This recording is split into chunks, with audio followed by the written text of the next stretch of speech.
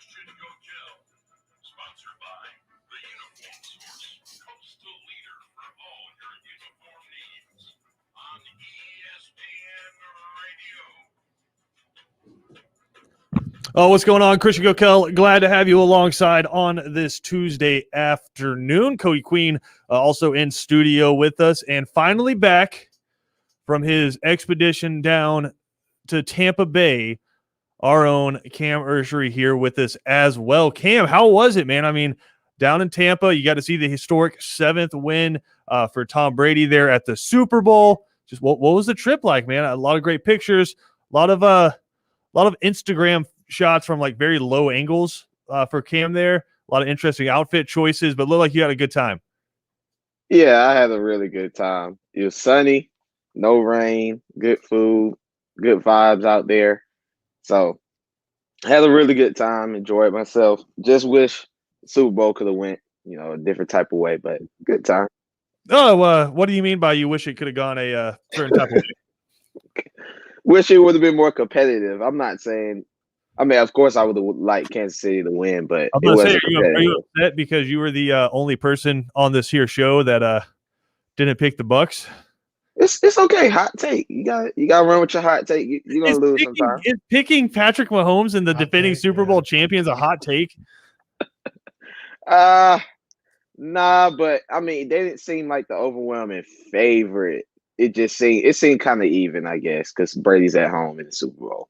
I guess that's fair. But again, Cam covering the Super Bowl for us down in Tampa Bay. What was the week like, though, Cam? Because I know 25% capacity. It looked like a lot more than that in the, I guess, broadcast of it. But a lot of the outs who were there, what was it like? I mean, just the experience and the vibe around it. It was fun. It was really fun. It was packed.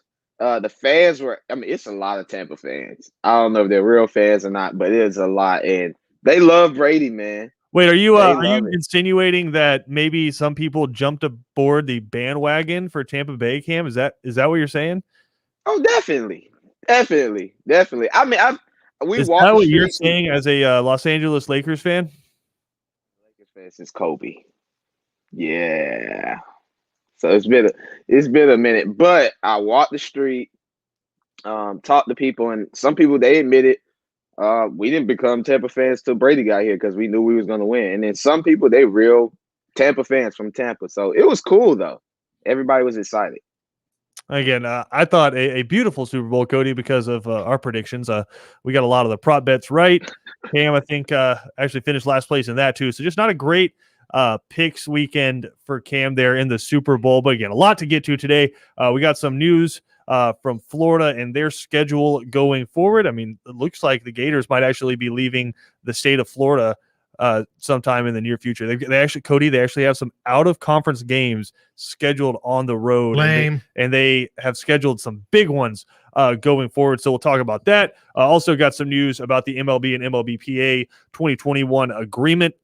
It's pretty wild, but we are just a couple weeks away from the Braves starting spring training. Of course, we are your home of the Atlanta Braves, all down the Georgia coast. Have a full 162-game schedule for you coming up, but we'll break down what this 2021 season is going to look like. Another agreement with the MLBPA and the MLB, and then, of course, coming up after this season, whole new CBA has to be agreed upon, and that's just going to get ugly. So we'll dive into that a little bit later as well. Cole Kubelik's going to join us, ESPN analyst, co-host of Three Man Front there in Birmingham, going to join us at 3 o'clock as well. So a lot to get to today. But, guys, the conversation has started. Tom Brady now officially has more world championships than one Michael Jordan. So the conversation all over social media, all over the radio, all over TV has been raging. Who is the true GOAT in sports?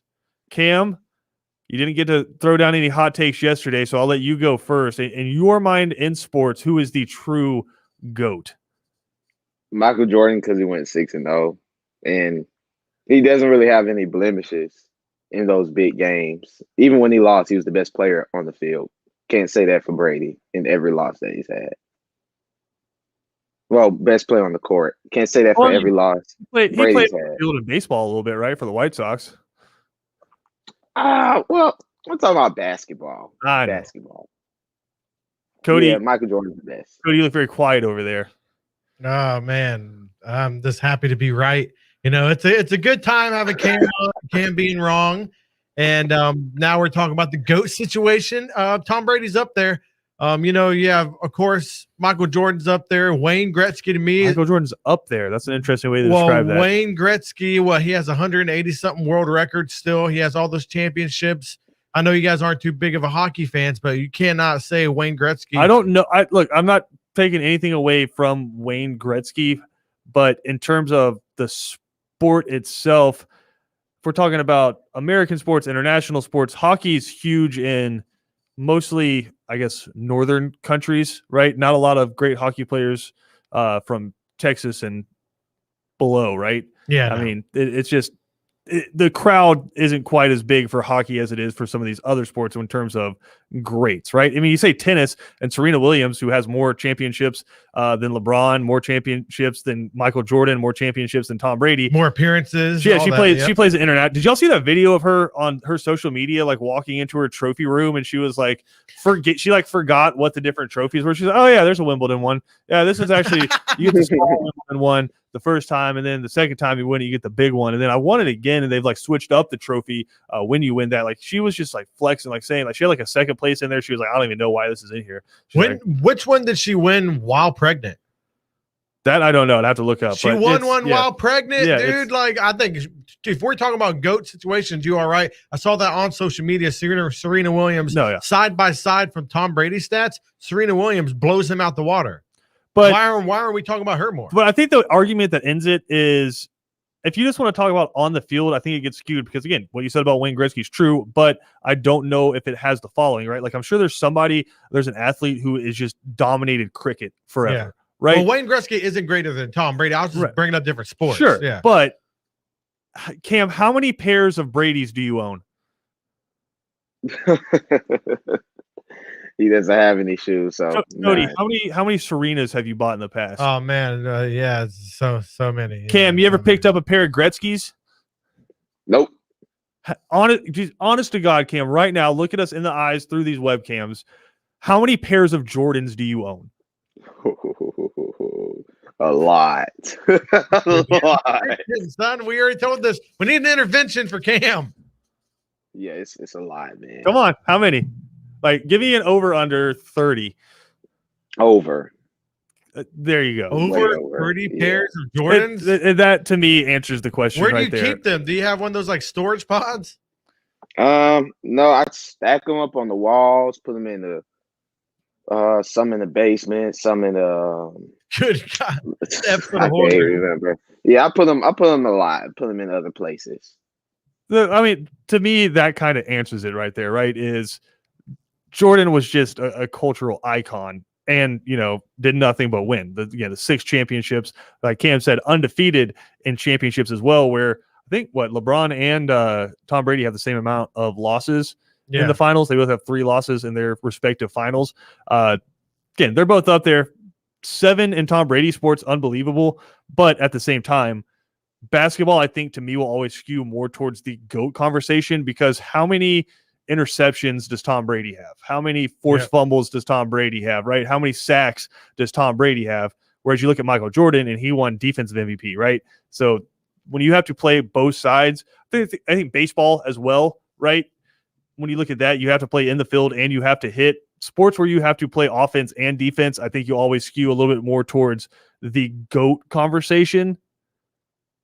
But man, Cody, you didn't give us a definitive answer. I think it's Jordan.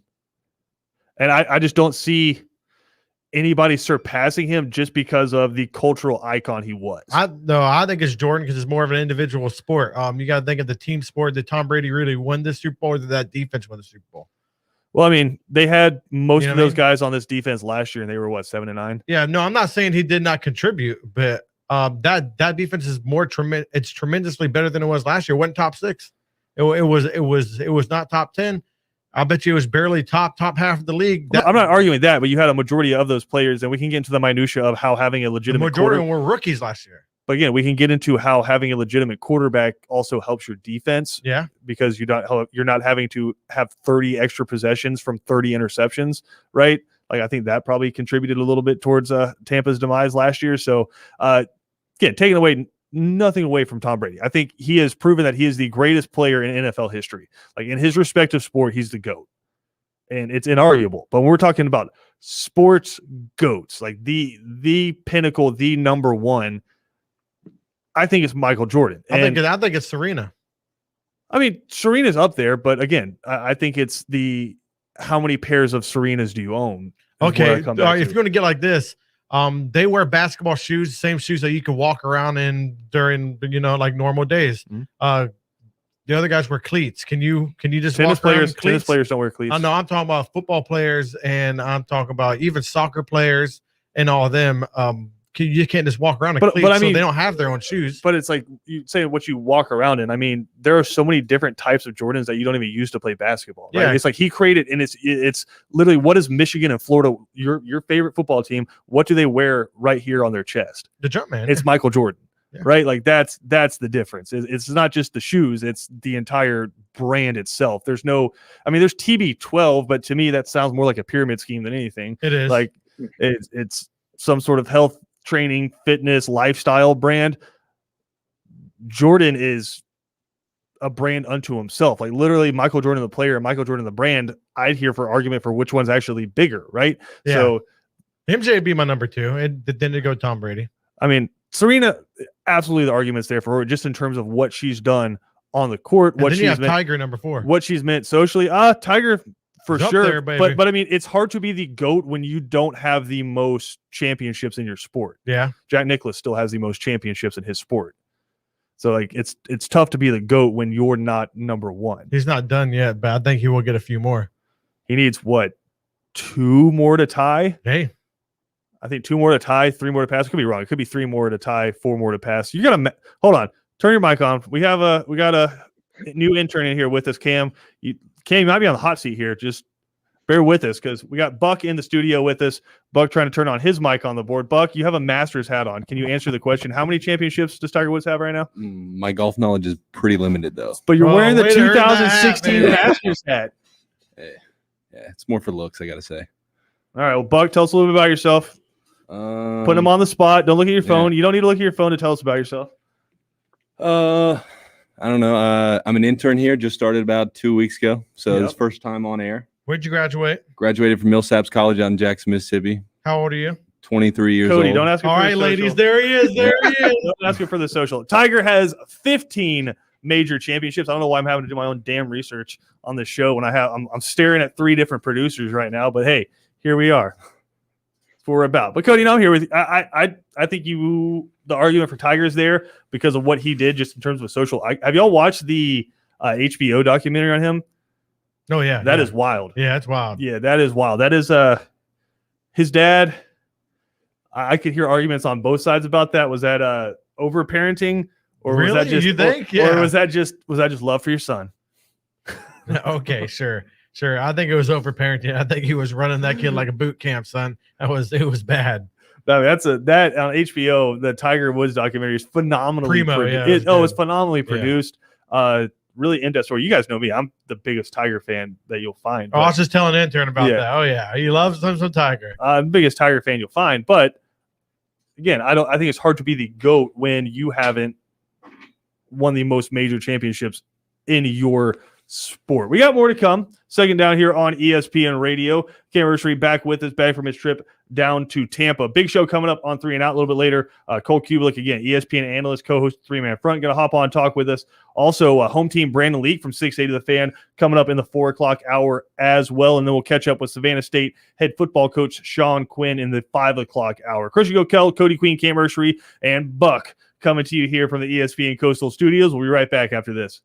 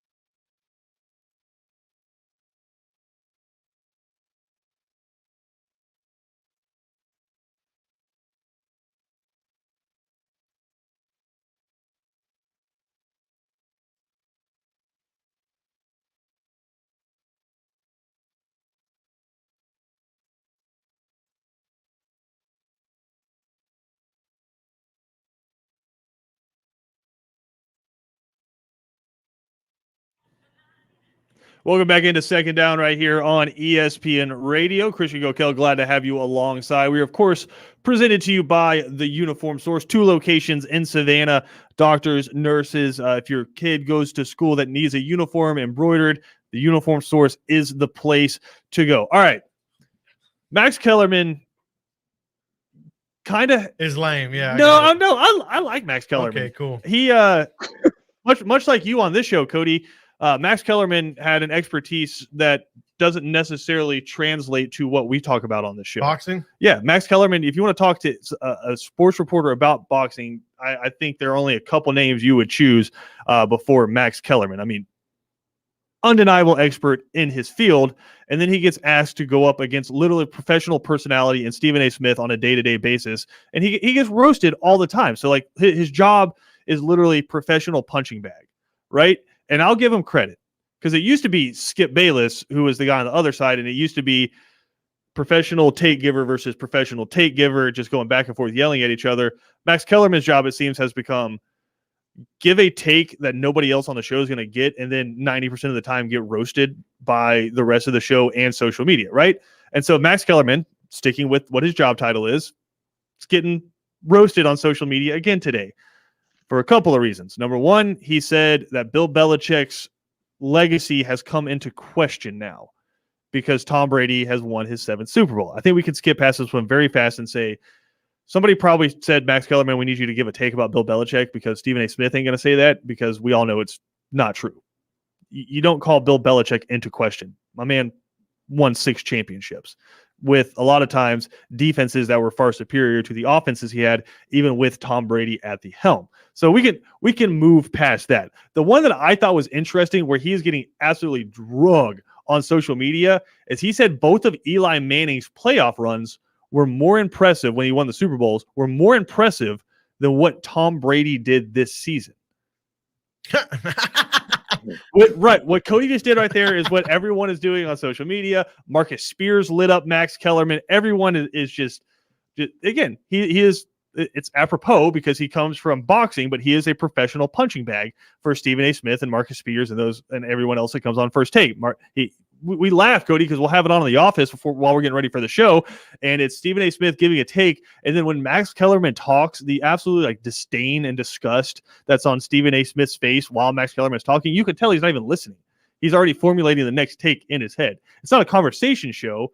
It's not even an argument show. It's we're just going to give takes back and forth show, right? And obviously, it's had huge success.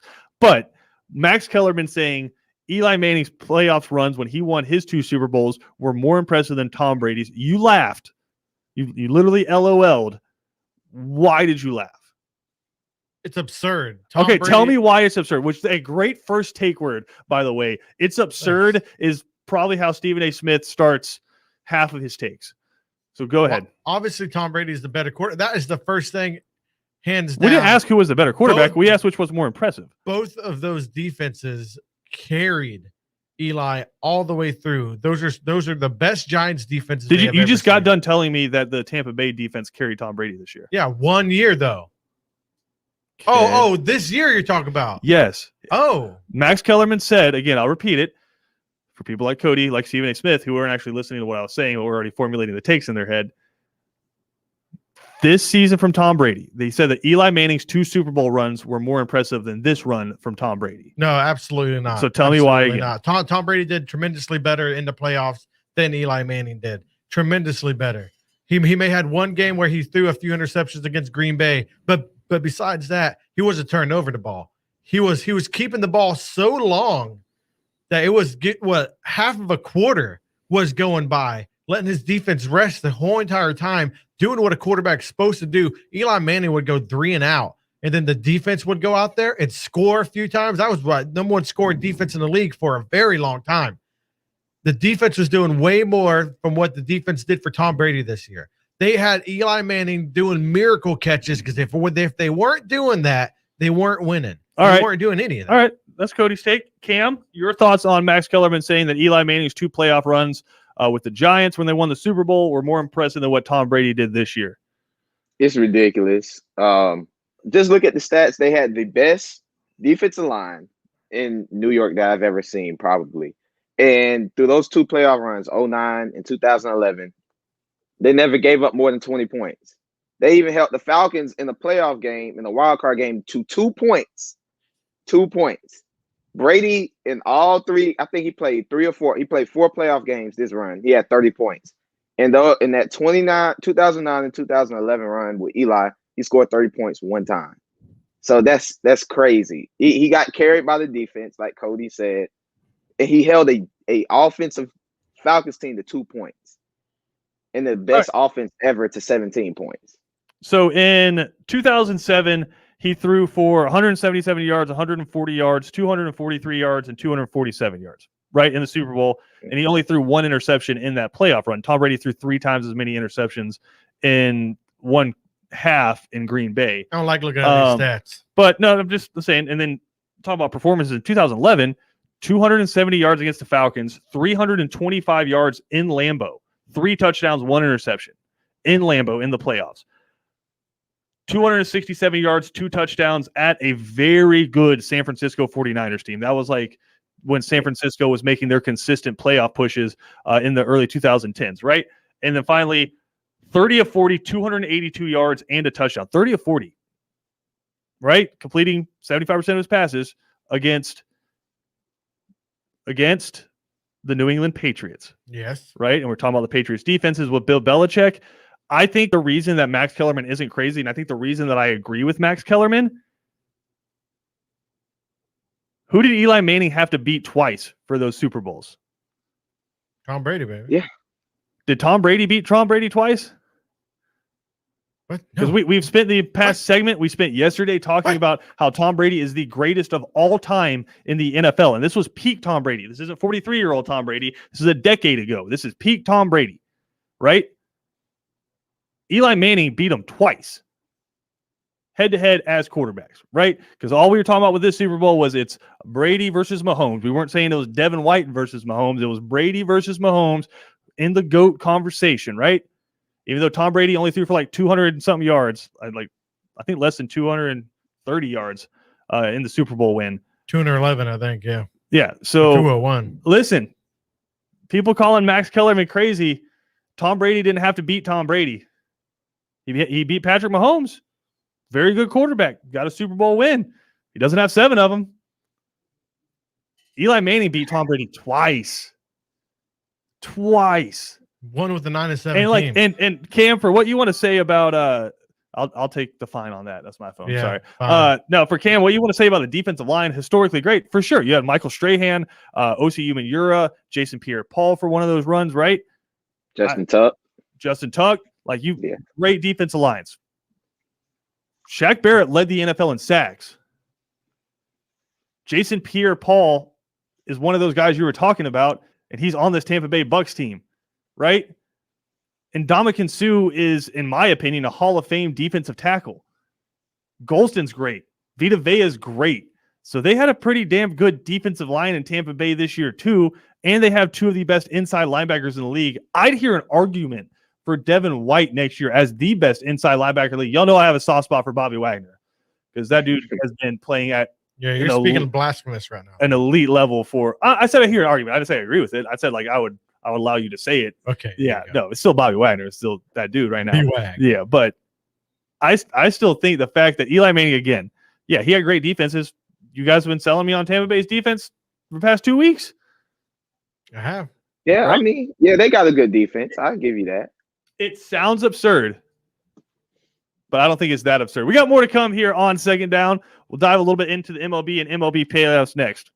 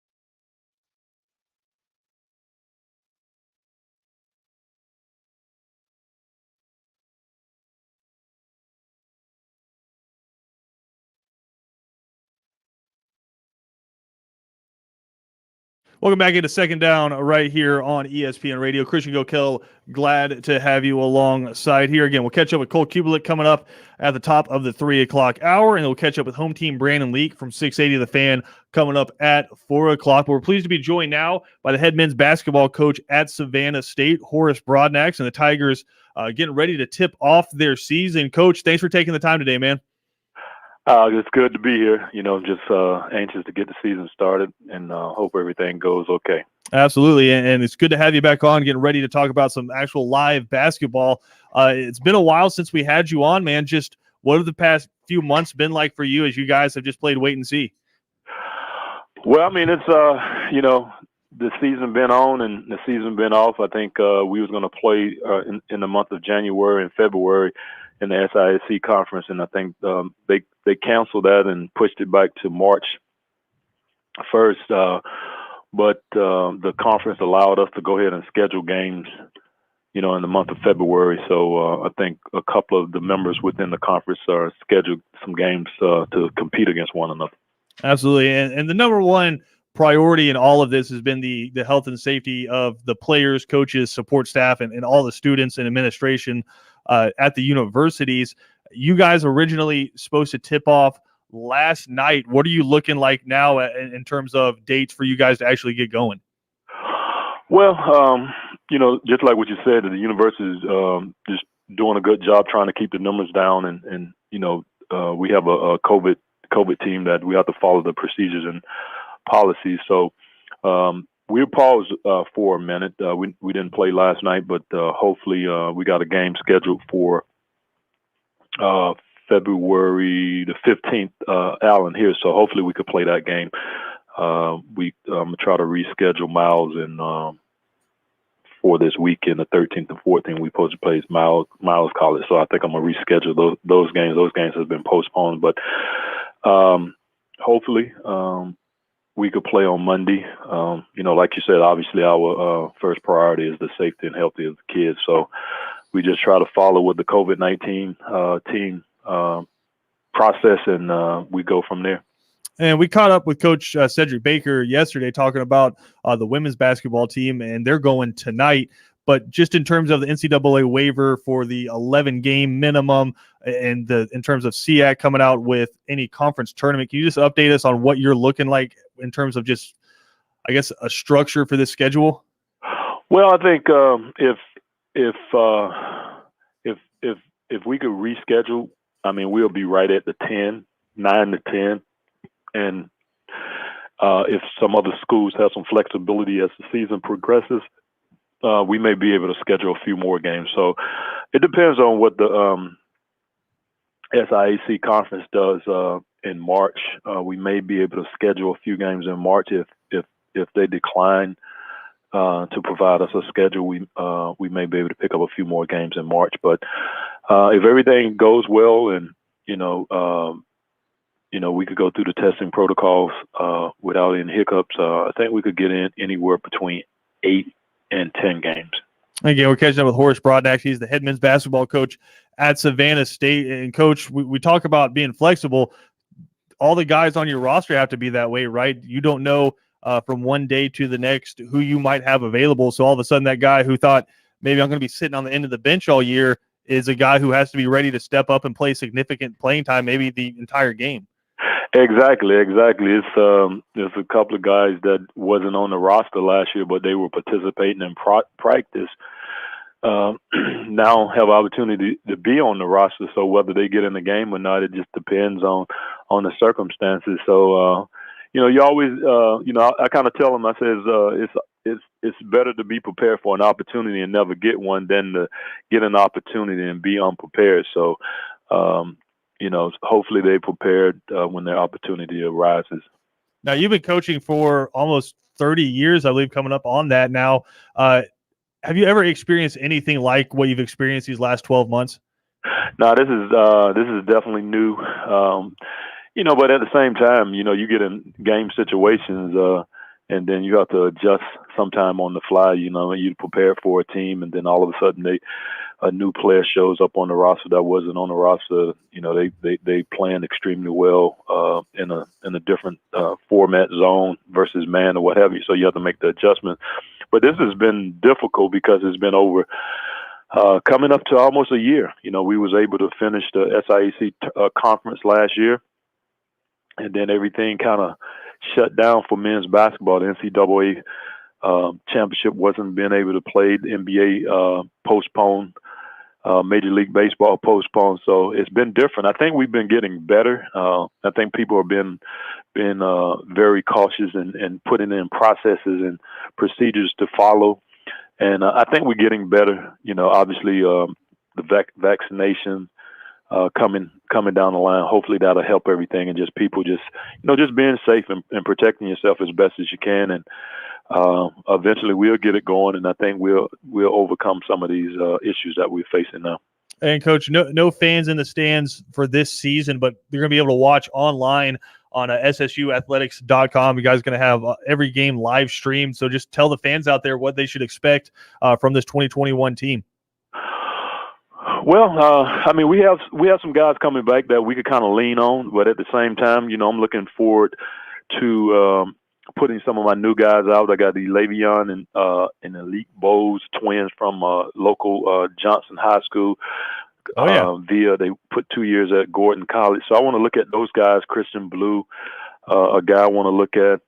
So, as a coach, I want to go out and win. We're going to play to win, but at the same time, considering the circumstances and the COVID-19 out there and just under trying situations, I just want to get out there and look at these guys. And, we get that year back. So it's preparation. As far as I'm concerned, it's preparation. We want to win. We definitely want to prepare to put on a better product this time next year. Horace Broadnax on the line with us here. And Coach, we'd like to put some research in before you're the guest on. We have your bio page pulled up on SSUathletics.com. I want to give you a chance to either A, correct something, or B, reaffirm something on this page. It says your favorite food is water. Do you care to correct that, or, like I said, to reaffirm that? My favorite food is water. That's I definitely have to correct that. I'm not necessarily my wife cooks a very good shepherd pie. Okay. I would probably say shepherd pie is a good favorite food of mine. That's a good comfort food. Today's the perfect kind of weather for that too. So there we go. We'll get that corrected on the website there. I'll get with Josh. We'll make sure they flip that around. But Coach, today's also National Pizza Day. So what's the perfect slice look like for Horace Broadnax? I would probably go with a meat lovers from Pizza Hut. There you go. Meat lovers, Cody. Respect. I mean, I'm more of a Hawaiian pizza guy. Meat lovers, I think, is the fan favorite. I know I get that look every time I say that, but that's just me. Finally here, Coach, before we let you go, we need you to settle an argument for us. We were talking about this earlier in the show. Of course, Tom Brady just won his 7th Super Bowl, and the conversations have resurfaced as to who is the true GOAT across all sports. We were talking about, obviously, Tiger Woods, Serena Williams, and, of course, Michael Jordan. In your mind, who is the GOAT of all GOATs? Woo. I mean, you mentioned some great people there. LeBron James been there 10 times, and That's true. Tom Brady been there 10 times. So he to win 7 out of 10 is amazing. Jordan 6 for 6, and what Tiger Woods and Serena is doing is great. But at 43, man, wow. I think that's great. It's inspiring for someone of that age in football to do it that well. It gives me opportunity to say, hey, I could coach for a long time too. So it's good for the senior citizens. So I'm gonna go with Tom Brady because they, the senior citizens coach. I mean, 7 out of 10 is great, and if you look at a few of them, I can't think of those 3. I don't think he got beat that bad out of those 3. No, never had a game that was by more than 1 score.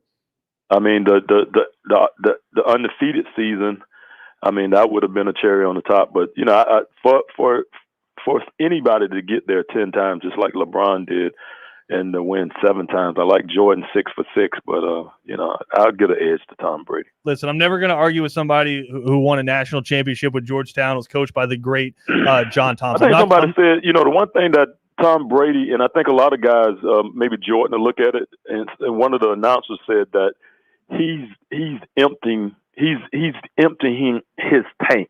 He's and to play at 43, he's basically, when he's done, he's going to be done. So I think every athlete want to do that. I have regrets, wish I could have played a little longer than I played, and I still have stuff in my tank. So, from that perspective, it's good, for athletes to take care of their body and compete, and hopefully that they could play as long as their body will allow them, so that they could empty that tank. I'm glad you brought that up, because we talked to your son Trent, who is signed to play football at Duke, and we asked him who wins the home basketball games in the driveway. He said it's him. I was like, listen, man. Again, like I said, you won a national championship with the great John Thompson there at Georgetown. Is Trent telling the truth there, or are you out there dominating? Well, I mean, hey, he, that's one thing that's good about him. He believes in himself, but I was good. I was good in football and basketball. I tell people football was my first love, but basketball was my true love. So I really played football. Stopped playing it in the 10th grade, and I some days I dream about playing football, because I didn't empty my tank in the football arena. Well, one thing my dad always told me, and this is like the mean thing you guys do to your sons, is he said, by the time you can beat me, you won't want to. So it's a cruel trick you guys play on your sons. Yeah, I mean, my oldest son Trey, I think I played him 15 when he was 14, and it was kind of close. And I think the difference was that I was a old wily vet, and he was just young and full of energy. So, I used to do a lot of talking when I got tired, and when I finished talking, then I'll play a little bit. So, but right now, I think both of them would beat me, but it'll be competitive. Hey, we'll still put our money on you there. Horace Broadnax, head men's basketball coach of the Savannah State Tigers. Just make sure you stay locked into Savannah State Athletics to find out when their next tip-offs are going to be. Coach, we really appreciate the time, man. Look forward to talking to you throughout the season. As always, man, I'm glad that y'all keep having me on, and I look forward to speaking to you in the future, and I appreciate it. Absolutely. Again, Horace Broadnax, Savannah State, joining us on the line. We got more to come. Final segment of Second Down coming up next.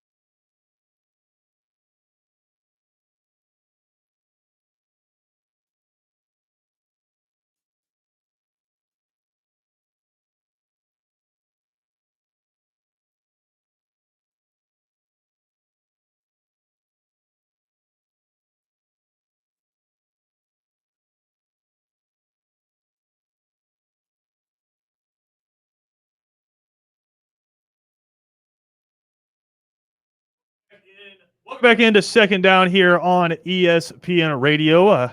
Cody, little Teenage Mutant Ninja Turtles bringing us back.